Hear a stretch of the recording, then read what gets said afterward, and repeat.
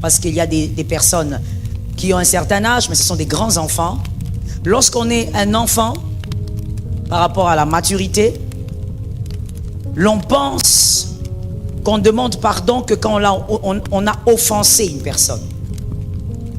Mais lorsqu'on vit sa maturation en Christ, on comprend qu'on n'a pas besoin d'avoir offensé quelqu'un pour demander pardon. Mais des fois, on demande pardon simplement pour réparer. Donne un amen.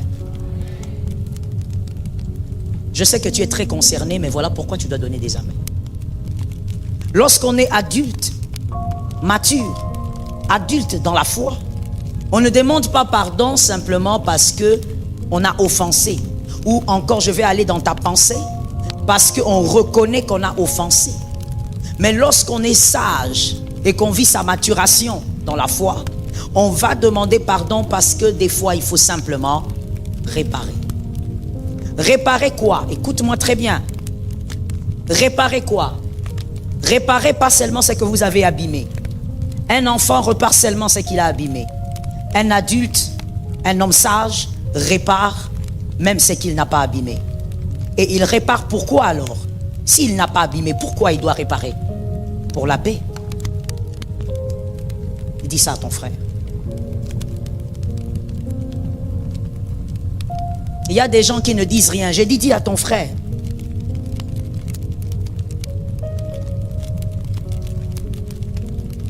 La réparation n'est pas seulement une affaire de destruction. Dieu le fait d'ailleurs avec toi. Dans ta vie, toutes les choses que Dieu a eu à réparer, ce n'est pas ce que lui avait créé. Mais il y a des choses que tu as créées toi-même, par tes erreurs, par tes péchés. Mais Jésus est venu réparer quand même. Ouais. Tu avais foutu la honte sur ta vie. Tu as péché, tu as fait des choses horribles. Il y avait l'opprobre sur ta personne. Mais regarde comment Dieu t'a réparé. Regarde comment Dieu a réparé ta personne. Regarde comment il a réparé ta réputation. C'est pas lui qui avait abîmé. C'est pas lui qui est allé pécher. Voilà l'esprit de Dieu. Et voilà la maturité dans l'esprit de Dieu. Quand je dis la maturité dans l'esprit de Dieu, je parle de ta maturité entrant dans l'esprit de Dieu. Lorsque tu as une certaine maturité dans la foi et que tu entres dans l'esprit de Dieu, c'est-à-dire que tu as la perception de Dieu, tu ne vas pas réparer seulement parce que tu as abîmé. Et ça, j'entends ça tous les jours, tout le temps. Pasteur, ce n'est pas moi qui ai commencé. C'est à elle de réparer. Ce n'est pas moi qui ai démarré. C'est à lui de faire. Qui vous a dit qu'on repart seulement ce qu'on a détruit? La sagesse répare pour la paix. Et d'ailleurs, la sagesse, lorsqu'elle répare pour la paix, voilà pourquoi elle n'attend pas que l'autre fasse le premier pas pour réparer. La sagesse a besoin de la paix. Dis-le à ton âme cette fois-ci. La sagesse a besoin de la paix. Une âme sage ne vit pas dans les conflits. Une âme sage n'est pas conflictuelle. Une âme sage n'aime pas les problèmes. Il y a des gens ici, vous aimez les problèmes. C'est-à-dire quand il y a les problèmes, toi c'est comme une deuxième respiration pour toi. C'est comme lorsque les personnes étaient malades de la Covid et qu'on les mettait sous oxygène. C'est comme ça que toi tu te sens quand il y a des problèmes autour de toi. Tu as l'impression qu'on t'a donné de l'oxygène. Tu aimes quand il y a des conflits. Et tu es là en train d'aller à gauche, à droite. Il y a des conflits, il y a des problèmes, il y a des problèmes. Tu te sens heureux dans les problèmes.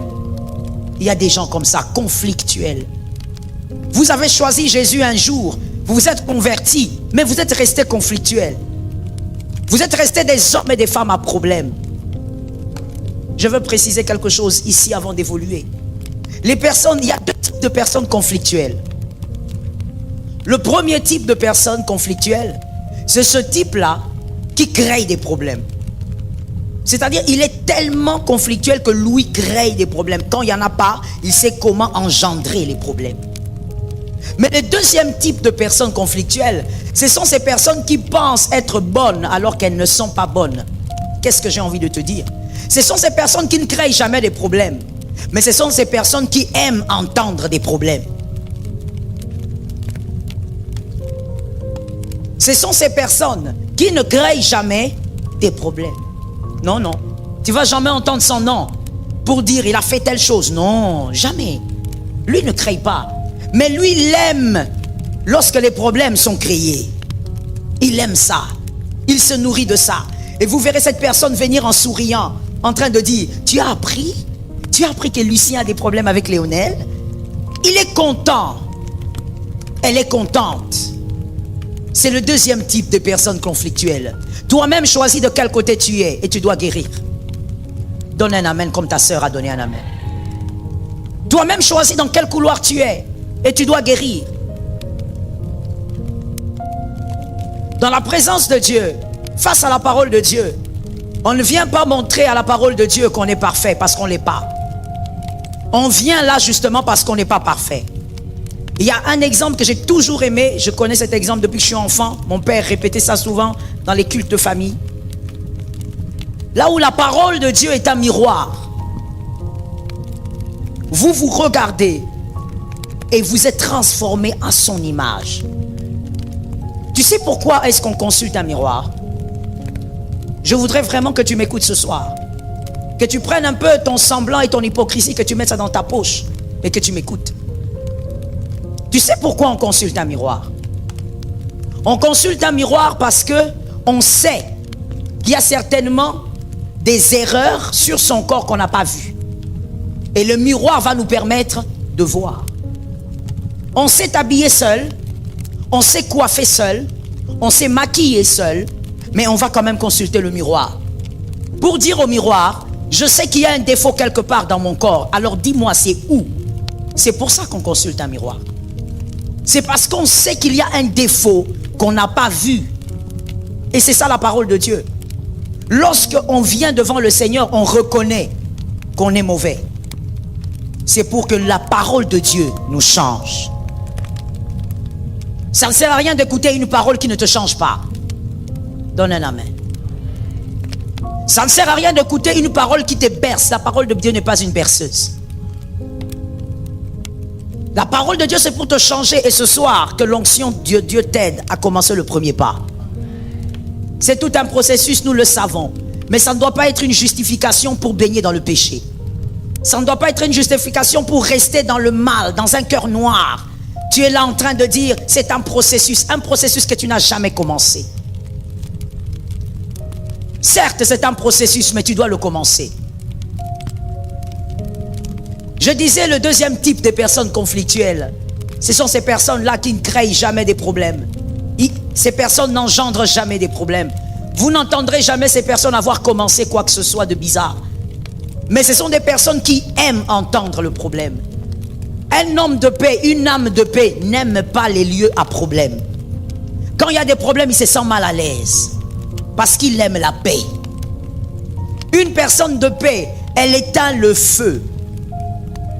C'est pas un pyromane. Mais vous voyez, les personnes conflictuelles sont des pyromanes. Elles aiment attiser. Même quand le feu est un feu de briquet, et cette personne va prendre ce feu de briquet, il va en faire un champ, un feu de champ ou un feu de je ne sais pas quoi, un très grand feu. Alors que c'était un tout petit feu. Alors que c'était un tout petit problème. Mais il a un esprit pyromane. Parce qu'il n'aime pas la paix. Mais au fond de lui, il ne sait pas que n'est pas aimer la paix. Ça pourrait venir de plusieurs sources. Certaines personnes sont comme ça. Cela vient de l'éducation familiale. Depuis la famille, depuis la maison, même entre frères, ils avaient l'habitude de ne pas aimer la paix. D'autres encore ont été déformés par les personnes qu'elles ont eu à rencontrer.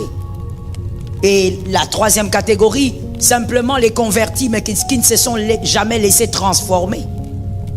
Donc le cœur est resté comme le cœur des Égyptiens, tout en voulant aller à Canaan. Vous verrez ces personnes pyromanes, que quelqu'un dise les pyromanes. La chose est petite, lui il va l'attiser. Un homme de paix éteint le feu. Un homme de paix éteint le feu. Un homme de paix ne va même pas chercher à ce que ce feu fasse quelques mètres. Il va l'éteindre. Il va aller voir le frère, il va aller voir une sœur, il va dire, mais pourquoi vous êtes en problème? Non, écoute ce qu'il m'a fait. Non, non, non, écoutez, il n'y a rien de grave ici. Réglons ça calmement. Et puis, c'est fini. Les autres n'ont même pas besoin de savoir. Mais un pyromane, il apprend et il part. Il commence à prendre son téléphone. Son plaisir, c'est de distiller les problèmes. Un homme conflictuel. Et malheureusement, ils sont pleins, tout pleins, partout. Que ce soit à l'église, au travail, que ce soit dans votre business, ils sont partout. Les personnes comme ça, qui n'aiment pas la paix. C'est trop triste qu'un chrétien soit comme ça. Pourquoi? Parce que Jésus est le prince de la paix. Maintenant, toi, tu es l'enfant de qui?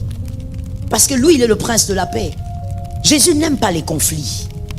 Voilà pourquoi Jésus n'a jamais dit aux disciples que Judas, c'est celui-ci. Le traître, c'est lui. Jésus ne l'a jamais fait. Il l'a fait seulement le jour où Judas devait accomplir la mission. Il a dit, c'est celui qui mettra sa main avec moi dans le plat. Mais toutes ces années, Jésus, 3 ans et demi, pourquoi tu ne nous as pas dit que c'était lui? Jésus ne l'a jamais fait. Pourquoi? Ce n'est pas un pyromane. C'est le prince de la paix. Il aime la paix. Il a vécu avec un traître, il a mangé avec un traître. Mais il n'a jamais rien dit. Mais un conflictuel, un pyromane, c'est celui-là qui aime faire savoir à tout le monde. Oh, vous ne savez pas. Oh, mais Léonel a des problèmes. Je croyais que vous étiez au courant. Tu veux qu'on soit au courant de quoi? Si c'est que tu voudrais nous informer, ne nous donnera pas la paix. Garde ça pour toi. Donne un amen. Donne un amen gravement. Tu vas donner amen 3 fois. Oui. Parce que dans la sottise, les chrétiens aiment crier. Mais quand ce sont les choses justes, vous ne voulez plus rien dire. Si c'est que tu as envie de nous dire, va attiser dans nos cœurs un esprit de trouble, un esprit d'inquiétude, un esprit de questionnement négatif. Pourquoi tu nous le dis? Ne nous le dis pas. Retiens maintenant ce que je veux dire, mon frère. Parce que ton frère qui est à côté de toi est en train de m'écouter. Dans quelques heures, il va utiliser la même phrase contre toi. Écoute-moi très bien alors. Si ce que tu as à dire ne va pas nous édifier, ne nous dis pas. Même si ça te fait mal. Oh mon frère, je veux te réchoquer ce soir en te disant, qui t'a dit que ce qui te fait mal doit forcément être comment je veux le dire? Je le dis autrement. Qui t'a dit que ce qui te fait mal doit forcément être connu de moi? Je ne suis pas obligé de savoir tout ce qui te fait mal. Mais non. Pourquoi tu me passes l'information? Non, parce que j'ai mal. On m'a dit ça fait mal. Mais garde ça pour toi. Moi aussi, j'ai des choses qui me font mal. Donne un amen de quelqu'un qui comprend. Ce soir, on doit guérir tous. Sauf personne. Qui t'a dit ça? Lisons la Bible, le Saint-Esprit va nous aider à être corrects. Qui t'a dit que quand quelque chose te fait mal, il faut aller le raconter au pasteur Marianne? Qui t'a dit ça? Pour qu'elle fasse quoi? Qu'elle partage avec toi, c'est pas un pain. C'est pas un gâteau. Tu peux aussi le garder et demander au Saint-Esprit de t'aider. Je reprends, parce que tu as raté l'occasion de dire amen, je parlais du Saint-Esprit. Tu peux le garder pour toi et demander au Saint-Esprit de t'aider. Tu dis au Saint-Esprit, Saint-Esprit, je n'en peux plus. Regarde ce que je viens d'apprendre. Est-ce que tu peux me consoler? Console-moi, parce que ça me fait mal. Ça me dérange. Ça brise ma paix. Le Saint-Esprit est le donneur de la paix. Oui, je ne dis pas ce que j'ai seulement lu, je sais ce que j'ai dit. Le Saint-Esprit donne la paix. Peu importe le niveau du problème qui peut arriver, il est celui qui donne la paix. Oui, plusieurs fois je me suis retrouvé en train de dire, comment j'ai fait pour passer cette étape? Le Saint-Esprit donne la paix. Et des fois même, il te donne la paix et personne ne saura, mon frère, que tu as traversé ces moments-là. Oui, Léonel, le jour où tu le racontes, tout le monde était bêté, en train de dire, c'est vrai ça? Ah non, tu mens. Non, c'est vrai. J'ai vraiment traversé ça. Mais je ne suis pas obligé de vous le dire. Qui t'a dit que tout ce qui te fait mal, tu dois les distiller pour que vous soyez nombreux à avoir mal? Quel genre de comportement, quel genre de réflexion? Non, j'ai appris qu'on m'a critiqué. Oui, si on t'a critiqué, ça fait très très mal. Demande au Saint-Esprit de te restaurer. Est-ce que quelqu'un m'entend? Sois un donneur de paix. La vie chrétienne n'est pas facile. Voilà pourquoi Christ a dit, sans moi, vous ne pourrez rien. Qui t'a dit que c'est facile tout ce que je te dis du haut de la chair? Qui t'a dit ça? Qui t'a dit que c'est facile tout ce que je suis en train de te dire ici? Je ne t'ai pas dit que c'était facile. Mais la parole de Dieu dit que nous pouvons le faire par l'aide du Saint-Esprit. Dis au Saint-Esprit, Saint-Esprit, ce que j'ai appris sur ma famille m'a trop choqué. Donne-moi la paix, aide-moi à avoir la paix et à ne pas avoir un cœur rempli de haine pour ceux qui ont parlé. Parle au Saint-Esprit. Mais sois un homme de paix. Un homme de paix n'est pas à la quête de la raison. Non. Celui qui cherche la paix, celui qui aime la paix, j'insiste sur l'amour de la paix. Je prie au nom de Jésus que ce soir tu tombes amoureux de la paix. Il y a des gens qui sont amoureux des conflits. Tombe amoureux de la paix. Un homme qui est amoureux de la paix n'est pas à la quête des raisons. C'est moi qui ai raison. On va savoir que j'ai raison. Je vais appeler, j'appellerai Lucien, j'appellerai Janine, j'appellerai Léonel, j'appellerai Marc, j'appellerai tout le monde. Ils doivent savoir que c'est moi qui ai raison. Ça te donne quoi à la fin? Que les hommes disent que tu as raison. Quand tu changes, tu sors plutôt du lieu. Ça te sort comment? Tu sors grandi? Quelque chose s'est ajouté dans ton compte bancaire? Ça change quoi? Ça change ta taille? Ça change la couleur de ta peau? Qu'est-ce que ça a changé? Ton âge? Ça t'a ajouté la longévité sur terre? Pourquoi tu cours? Pourquoi tu es en quête de la raison comme ça, comme un gamin? Pourquoi? À un moment donné de la vie, on fonctionne selon sa maturité. On n'a pas besoin de courir derrière la raison. Tu as raison, j'ai raison. Et ensuite, ça nous donne quoi? Ce qui compte, c'est d'avoir la paix. Si les hommes ne te donnent pas raison, Dieu qui sait que tu as raison, lui finira par te donner ta part. Et d'ailleurs, je vais te dire quelque chose que moi j'ai découverte dans le parcours de la foi. C'est que très souvent, Dieu va s'organiser pour que les hommes ne sachent jamais que c'est toi qui avais raison. Ça fait partie du brisement. Et ça t'apprend l'humilité. Ça t'apprend l'humilité. Dieu va s'organiser. Tu seras là en train de dire, non, non, non, je sais. Dieu comme il est juste, un jour. Mais c'est aussi sa justice que de t'apprendre à être humble. Je reprends la phrase pour celui qui dormait. C'est aussi la justice de Dieu de t'apprendre à être humble.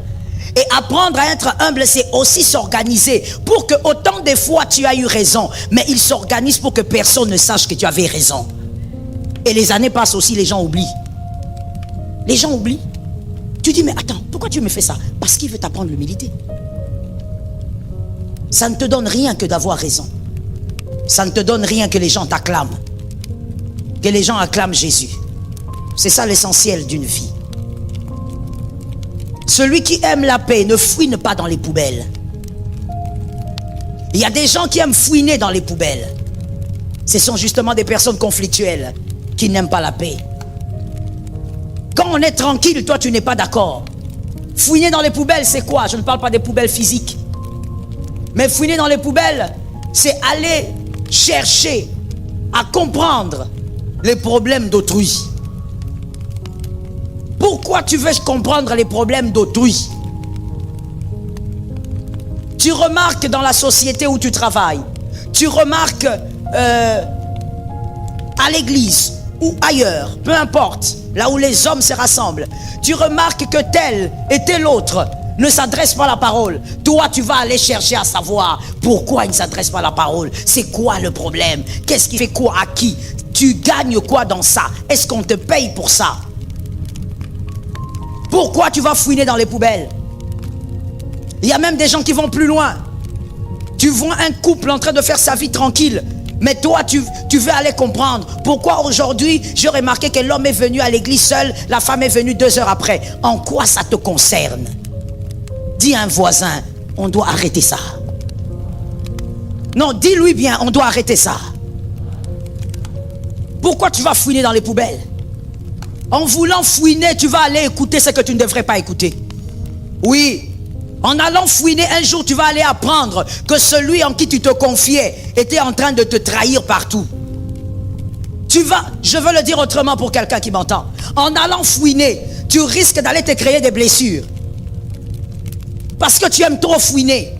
En allant fouiner, tu vas découvrir que ton meilleur ami sort avec ta femme. Tu aimes trop fouiner. En allant fouiner, tu vas te créer des blessures. Tu ne vas pas te faire du bien.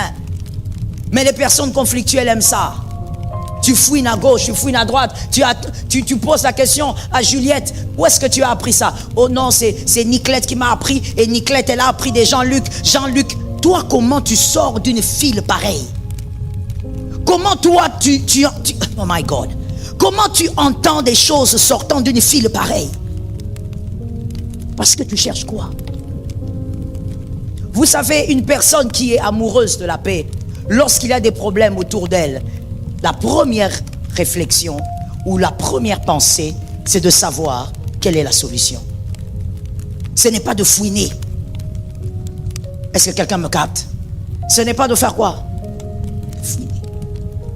Qu'est-ce qui se passe ici? Pourquoi ça se passe ici? Pourquoi comme ça c'est ici? Pourquoi comme... Et après, je veux dire à quelqu'un ce soir, je veux vraiment qu'on s'entende. L'être humain est tellement compliqué. L'être humain n'est pas aussi malléable que tu le crois. Que quelqu'un dise l'être humain est compliqué. Il n'est pas malléable comme tu le crois. Je veux vous dire une chose. Si j'apprends aujourd'hui que Lionel a dit des trucs sur moi, il a parlé avec Marc, avec Juliette. Si je fouine, je découvre par exemple que c'est que Lionel sait, c'est que Juliette sait, c'est que Marc sait et tout ça. Ça vient d'un certain Luc, on prend Luc. Ça vient d'un certain Luc. Même si j'allais vers ce fameux Luc, je découvrais la source. Je prenais Luc et je le mettais là. Je me mets à dire à Luc, toi tu as parlé de moi à Lionel, à Marc, à tel. Je veux vous dire une chose. Après cette causerie, Luc va vous donner le dos, mais rien n'aura changé. Rien. C'est pas parce que vous avez parlé que Luc va changer.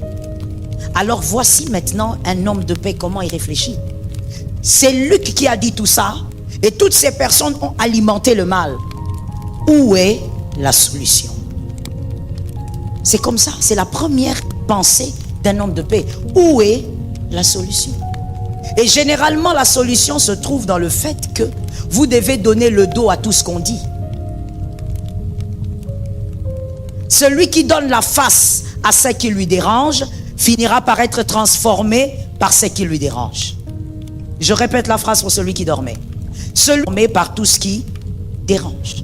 Mais celui qui donne le dos à ce qui dérange finira par avancer alors que ce qui dérange existe.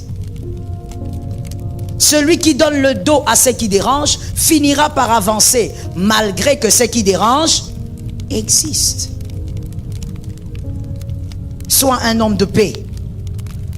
Aime la paix. J'insiste sur le fait qu'il faut tomber amoureux de la paix. Lorsqu'on aime la paix, on est amoureux de la paix ou amoureuse. On ne se retrouve pas partout. On ne peut pas se retrouver partout lorsqu'on est amoureux de la paix. Lorsqu'on est amoureux, amoureuse de la paix, on ne peut pas être partout. C'est-à-dire donc, on ne peut pas être avec tout le monde. On sélectionne son entourage parce qu'on aime la paix. Jésus n'était pas partout. Quand je dis Jésus n'était pas partout, je parle du Jésus homme qui marchait avec les 12 disciples. Jésus était avec les disciples, il n'était pas avec les pharisiens. Mais je connais quelqu'un parmi eux qui était avec les disciples et qui était aussi avec les pharisiens. Il a fini par avoir des problèmes. Vous voyez de qui je parle? Judas. Judas avait l'habitude d'être avec ses frères, les disciples, avec Jésus. Mais à des moments, il s'évadait aussi pour aller être avec les pharisiens. Et nous tous, nous connaissons la fin de Judas. Il est le seul disciple qui s'est pendu. Un homme de paix ne peut pas se retrouver avec tout le monde. On dit soyez en paix avec tout le monde. On ne dit pas retrouvez-vous avec tout le monde. C'est pas écrit. Alors des fois nous confondons cela. Lorsqu'on dit soyez en paix avec tout le monde, on se dit, c'est-à-dire qu'il faut forcément que je me retrouve avec tout. Tu ne peux pas te retrouver avec tout le monde et être en paix. Forcément, tu dois mettre des limites face à ton entourage. Il y a des personnes que tu dois simplement écouter de loin et ne pas approcher pour être en paix. Il y a des personnes que tu dois simplement voir de loin et ne pas en paix. Quelqu'un peut me dire, mais pourquoi? Mais non seulement pour être en paix, mais aussi parce qu'on n'a pas tous les mêmes valeurs. Une personne avec qui vous n'avez pas les mêmes valeurs, vous finirez par avoir des problèmes. Est-ce que quelqu'un m'entend bien?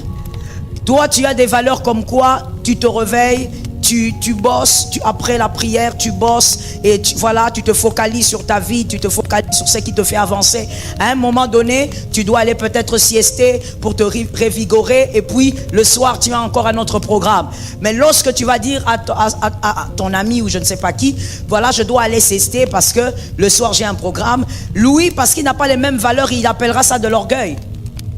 Il dira, il m'a laissé ici à la véranda, il est allé dormir. Dormir, ça veut dire quoi? Est-ce qu'il est un bébé?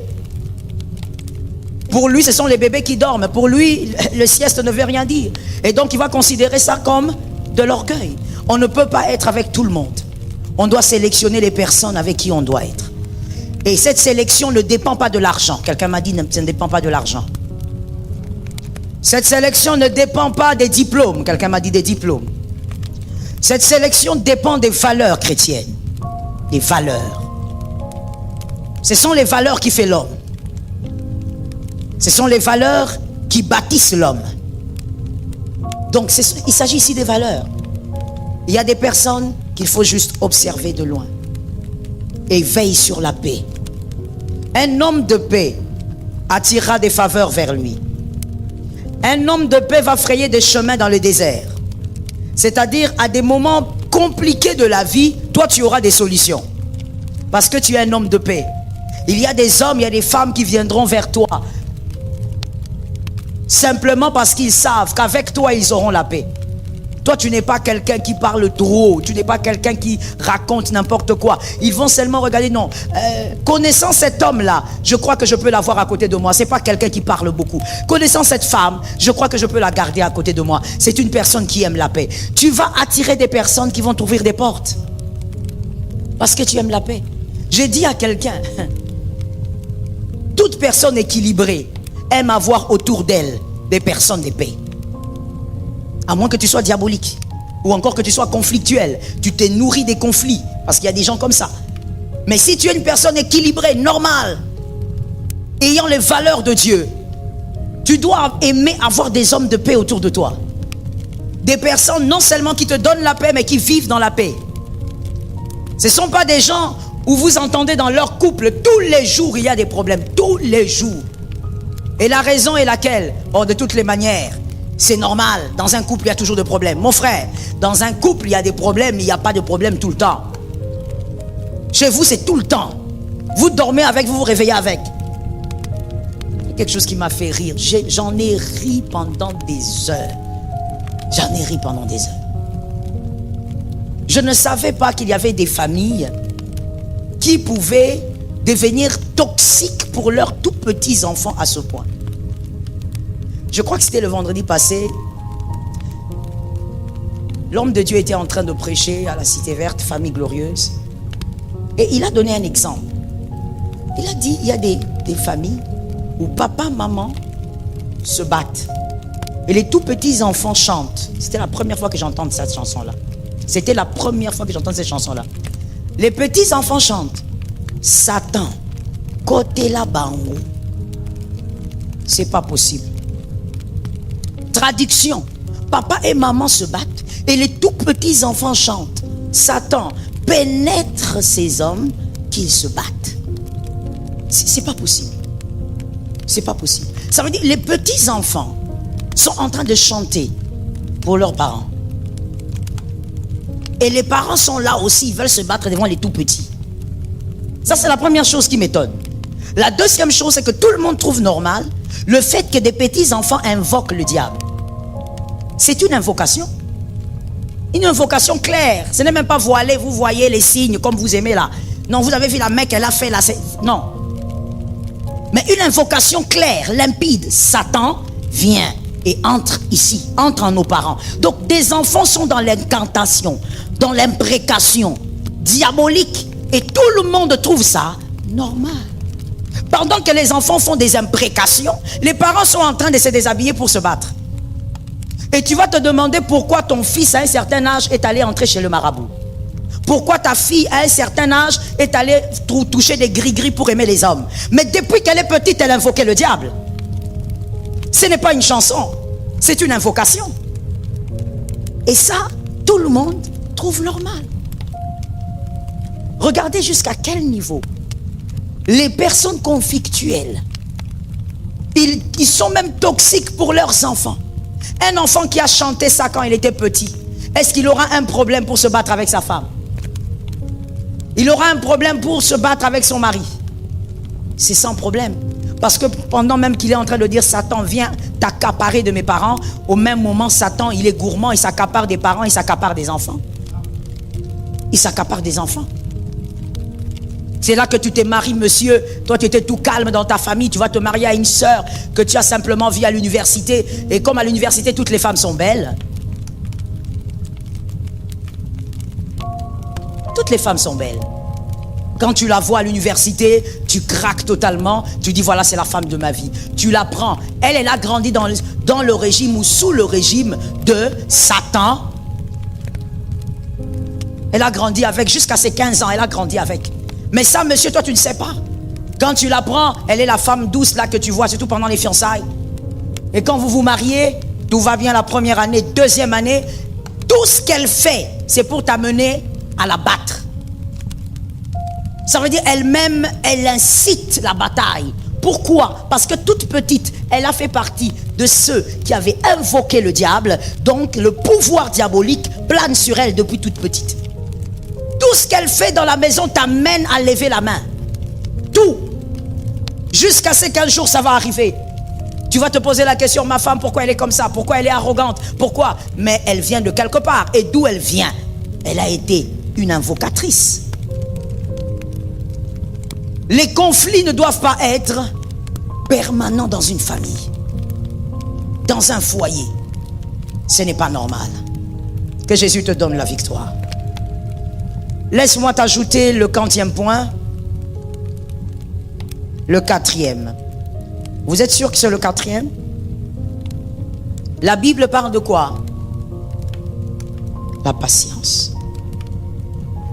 Celui qui sait attendre crée aussi autour de lui un esprit de patience. Celui qui est patient avec les autres crée aussi un esprit de patience autour de lui. Voilà pourquoi vous allez constater, et j'ai entendu aussi certaines personnes le dire, vous allez constater que, je donne un exemple, Monsieur Lionel commet une bévue et vous voyez les gens autour de lui en train de l'aider, en train de l'aider à traverser cette mauvaise passe, en train de le soutenir. Et vous dites, mais pourquoi? Avec ce que Lionel a fait, on ne peut pas le supporter. Mais en réalité, vous ne savez pas ce qu'il a sémé autour des gens. Lorsque les gens supportent quelqu'un, ce n'est jamais pour rien. Celui qu'on supporte a eu aussi à supporter.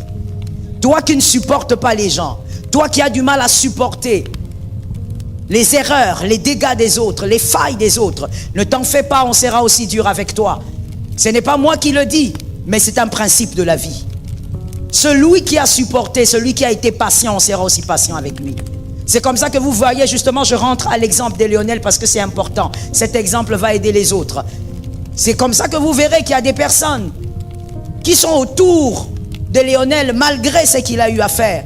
Des personnes qui l'aident à traverser des mauvais moments, traverser ces moments difficiles. Et vous êtes en dehors de l'histoire, vous dites, mais pourquoi ils font ça? Pourquoi il y a toujours des gens autour de lui? Lionel nous a fait du mal, Lionel a fait ceci.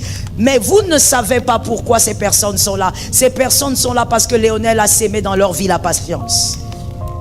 Celui qui a sémé la patience autour de lui recevra la patience. On sera patient avec lui, on sera patient avec ses enfants. Là où lui ne sera pas, il y a des gens qui vont supporter ses enfants.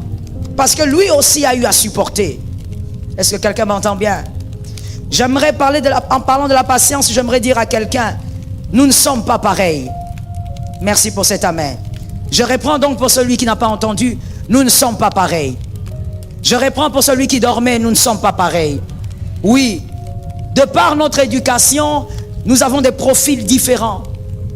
Et ce profil-là, ce sont des profils qui feront en sorte qu'on ne réagisse pas de la même manière face aux problèmes. Est-ce que quelqu'un m'entend bien? Oui, je veux peut-être choquer, mais c'est important ce choc-là. Il y a des personnes au milieu de nous qui ont grandi dans une telle fragilité Au point où dès qu'on le touche un peu, il se sent très mal à l'aise. Parce qu'il a grandi fragile. Et peut-être que parce que aussi il a été beaucoup battu par les parents ou beaucoup insulté. Mais il y a d'autres qui ont grandi avec un mental de fer. C'est-à-dire dès l'enfance, il a grandi avec un mental de fer. Alors ce n'est pas ce que toi tu vas lui faire qui va bouger sa vie. On n'est pas pareil. Et mon frère, même la Bible reconnaît qu'on n'est pas pareil. C'est pourquoi la Bible a dit que le fort soutienne le faible. C'est dans la Bible, ce n'est pas moi qui ai créé ça. Même la parole de Dieu reconnaît qu'on n'est pas pareil, on n'a pas la même force mentale. On n'a pas la même force en tout. Quelqu'un d'autre peut être là, face au péché. Il prie, il dit Seigneur, délivre-moi du mal. Et le Seigneur lui donne la victoire. Parce qu'évidemment, il croit. Mais un autre encore, face au péché, n'a même pas la force d'appeler le Saint-Esprit, il tombe dans le péché. Alors j'ai dit à une âme, ce n'est pas parce qu'il est tombé, ce n'est pas parce qu'il est plus faible qu'il faut l'écraser. Il faudrait donc que le fort soutienne le faible. Est-ce que quelqu'un m'entend? Il faut que tu apprennes à être patient avec ceux qui n'ont pas grandi comme toi. Oh yes, you have to. Il faut que tu apprennes à être patient avec ceux qui n'ont pas eu de mère. Les hommes qui n'ont pas eu de mère, par exemple. Je donne seulement un exemple. Quand je dis n'est pas avoir, je parle de n'a pas grandi. Ok? Parce que tout le monde a une mère. Les hommes qui n'ont pas grandi avec une mère, par exemple, qui n'ont pas eu cette grâce, cette opportunité, le Seigneur a décidé autrement pour plusieurs raisons de la vie. En général, je dis, les exceptions existent, mais on ne peut pas enseigner sur base des exceptions. En général, ces hommes-là sont très capricieux. Ces hommes-là sont difficiles à gérer.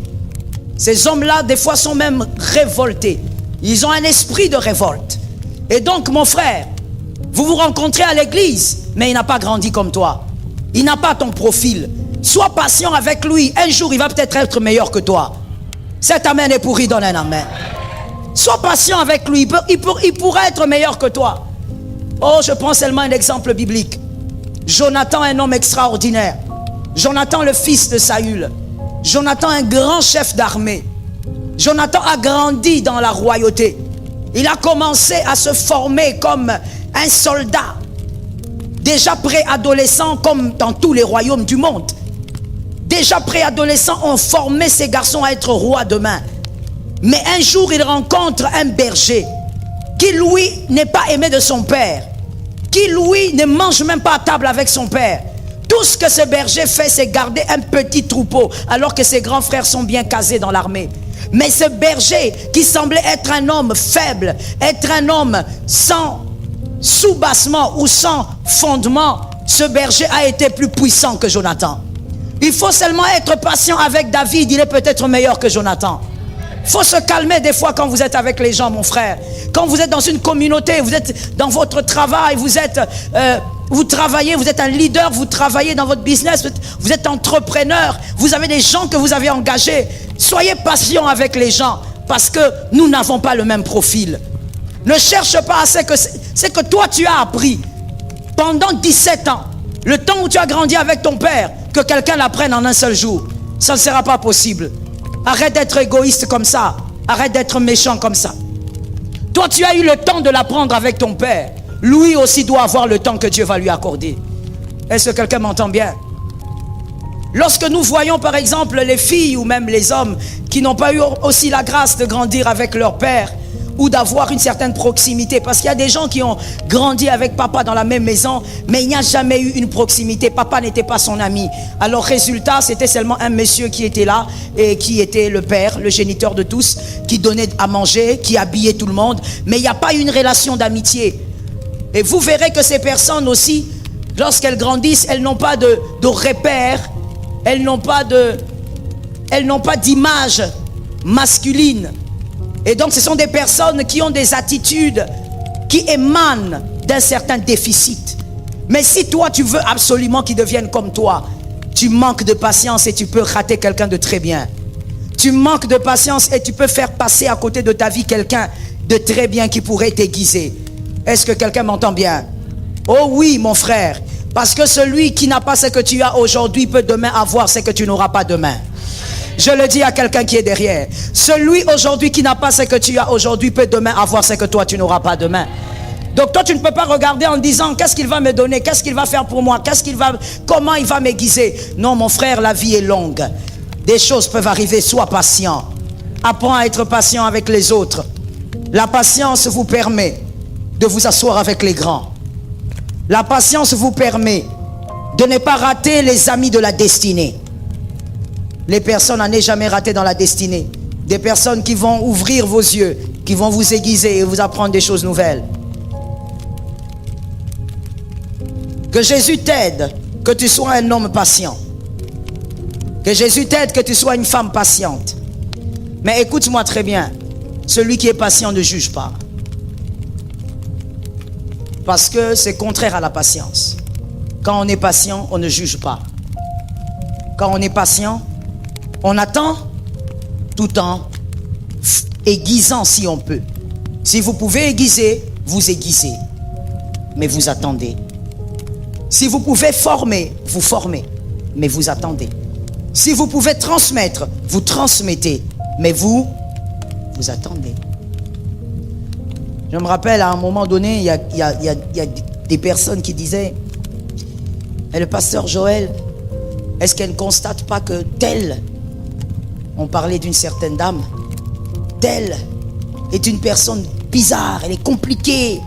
Pourquoi le pasteur la garde autour d'elle? C'est une personne qui est difficile à gérer. C'est une personne qui est ceci et cela. Et voilà une fois, le jour où l'un d'entre eux a eu le courage de venir me le dire en face, me dit: mais tu sais, maman, en réalité, nous, on ne comprend pas. On ne comprend pas pourquoi tu gardes telle autour de toi. Parce que nous tous, nous voyons, elle est comme ça, elle est comme ça. Alors je l'ai regardé.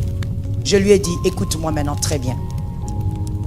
Depuis quand vous avez constaté que cette personne est comme ça? Oh maman, c'est depuis longtemps, mais seulement on n'a pas le courage de venir te voir. Mais moi aujourd'hui j'ai eu le courage. C'est depuis longtemps qu'on sait qu'elle est comme ça. Alors j'ai dit: depuis longtemps, c'est-à-dire? Mais depuis longtemps, maman, ça veut dire peut-être 2-3 ans. J'ai dit: ok. Et ça fait combien d'années que cette personne est avec moi?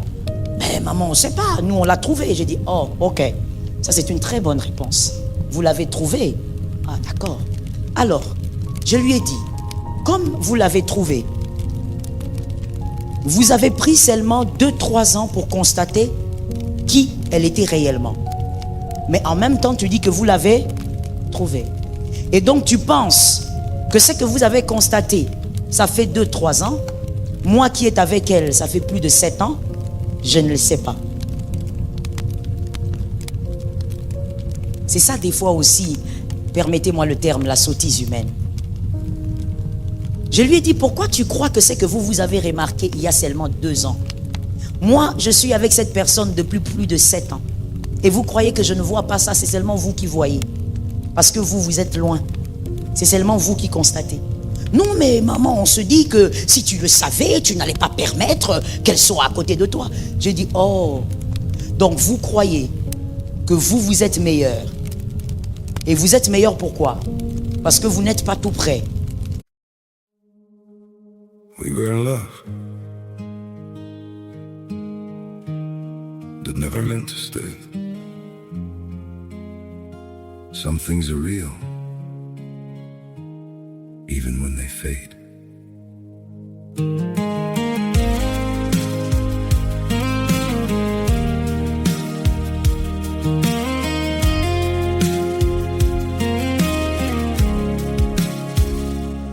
I used to think if we kept holding on, we could bend the truth somehow. But love can't fight what's pulling us apart, and it's breaking us down now.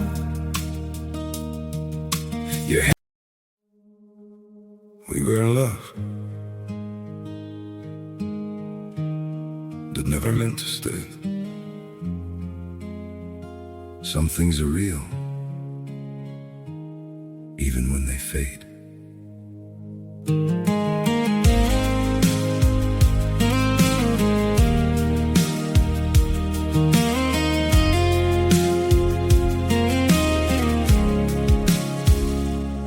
I used to think if we kept holding on, we could bend the truth somehow.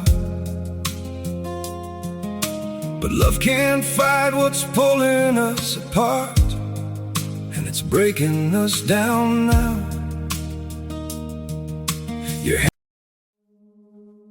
We were in love that never meant to stay. Some things are real,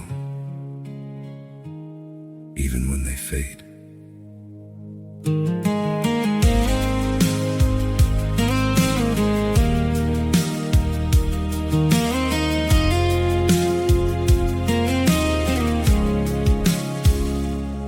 I used to think if we kept holding on, we could bend the truth somehow. But love can't fight what's pulling us apart.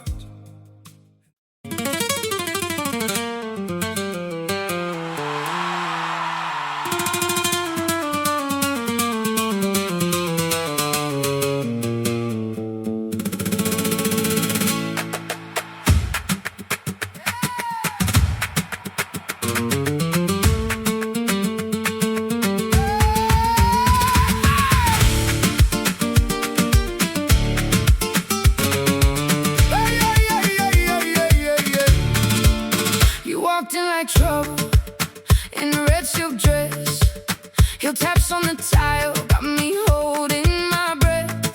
Your eyes said Venaki, my hand said tonight. One look and the whole room lit up in my mind. Oh, the floor starts shaking when you spin that way. My name on your lips make the whole night sway. Closer, closer, don't make me wait. That fire in your body is calling my name. Tabla y fuego, tabla y fuego. You hit my soul like tabla y fuego, tabla y fuego, tabla y fuego. Baby, stay close, don't let it go.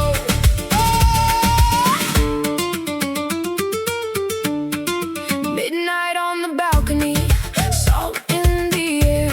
You laughed at my heartbeat like you knew it was there. Your fingers trace circles on my open hand, and every small movement pulled me under again. Oh, the floor starts shaking when you spin that way. My name on your lips made the whole night sway. Closer, closer, don't make me wait. That fire in your... Je leur ai dit, tout ce que vous avez constaté est infiniment inférieur à ce que moi je sais d'elle. Et je parle du côté négatif. C'est infiniment inférieur à ce que moi j'ai déjà découvert d'elle. Mais vous savez pourquoi je la garde là? Parce que je suis patient. À un moment, il me regarde, il me dit, maman, patiente, pendant 7 ans. J'ai dit oui. Il y a des arbres qui donnent des fruits après 10 ans. Il y a des arbres qui donnent des fruits même après 15 ans. Qui vous dit que lorsqu'on travaille une personne, c'est forcément après 1 année, 2 ans, 3 ans? Et j'ai fini en répondant à mon fils là qui était venu me voir. Je lui ai dit ceci.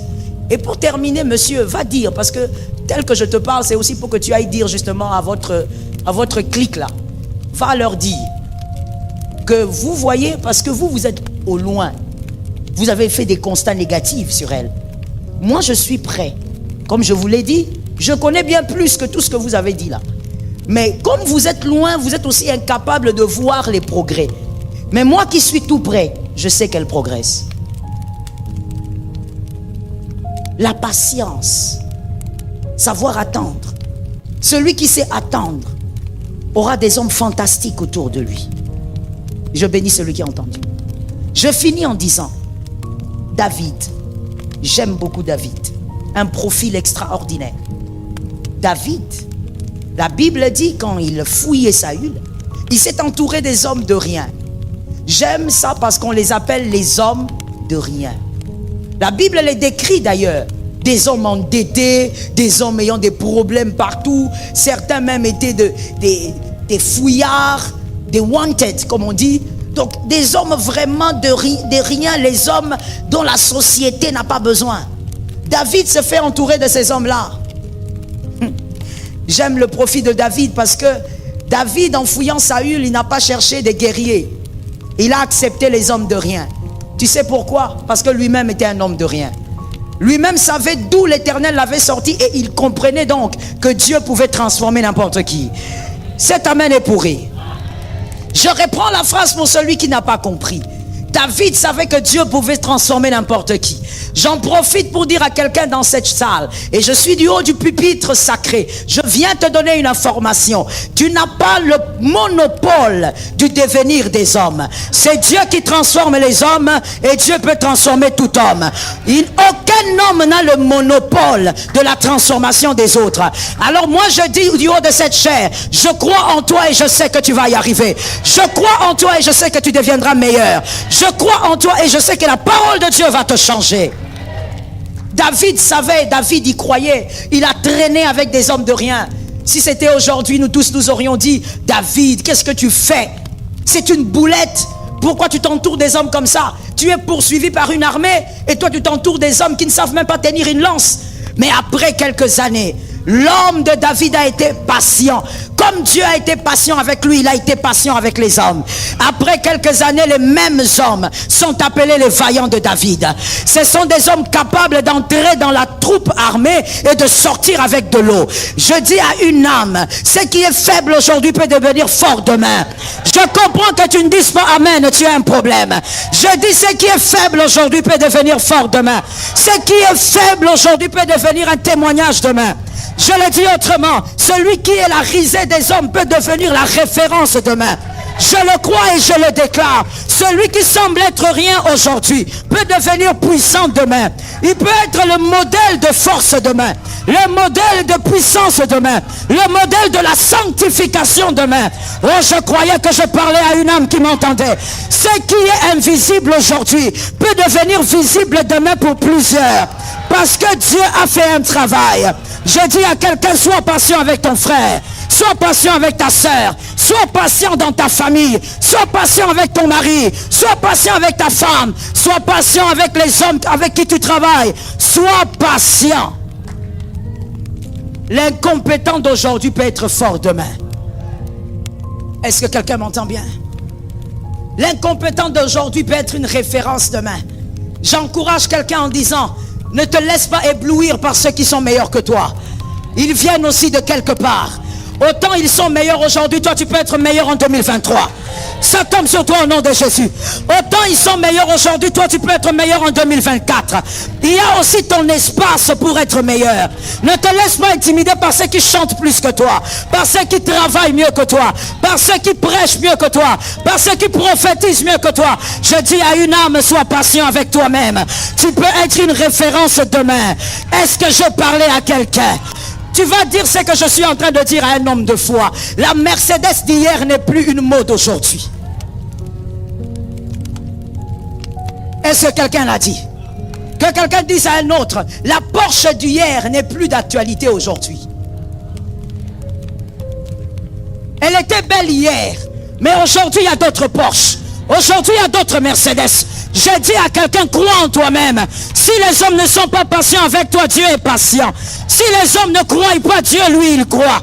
Vaut mieux un chien vivant qu'un lion mort. Si tu es vivant, c'est parce que Jésus croit. Si tu es vivant, c'est parce que Jésus sait que tu vas y arriver. Si tu es vivant, c'est parce que Jésus compte sur toi. Je dis à celui qui est là-bas, Jésus compte sur toi. Jésus compte sur toi. Jésus compte sur toi. Jésus compte sur toi. Jésus compte sur toi. Jésus compte sur toi. Jésus compte sur toi. Jésus compte sur toi. Jésus compte sur toi. Jésus compte sur toi. Jésus compte sur toi. Sois patient.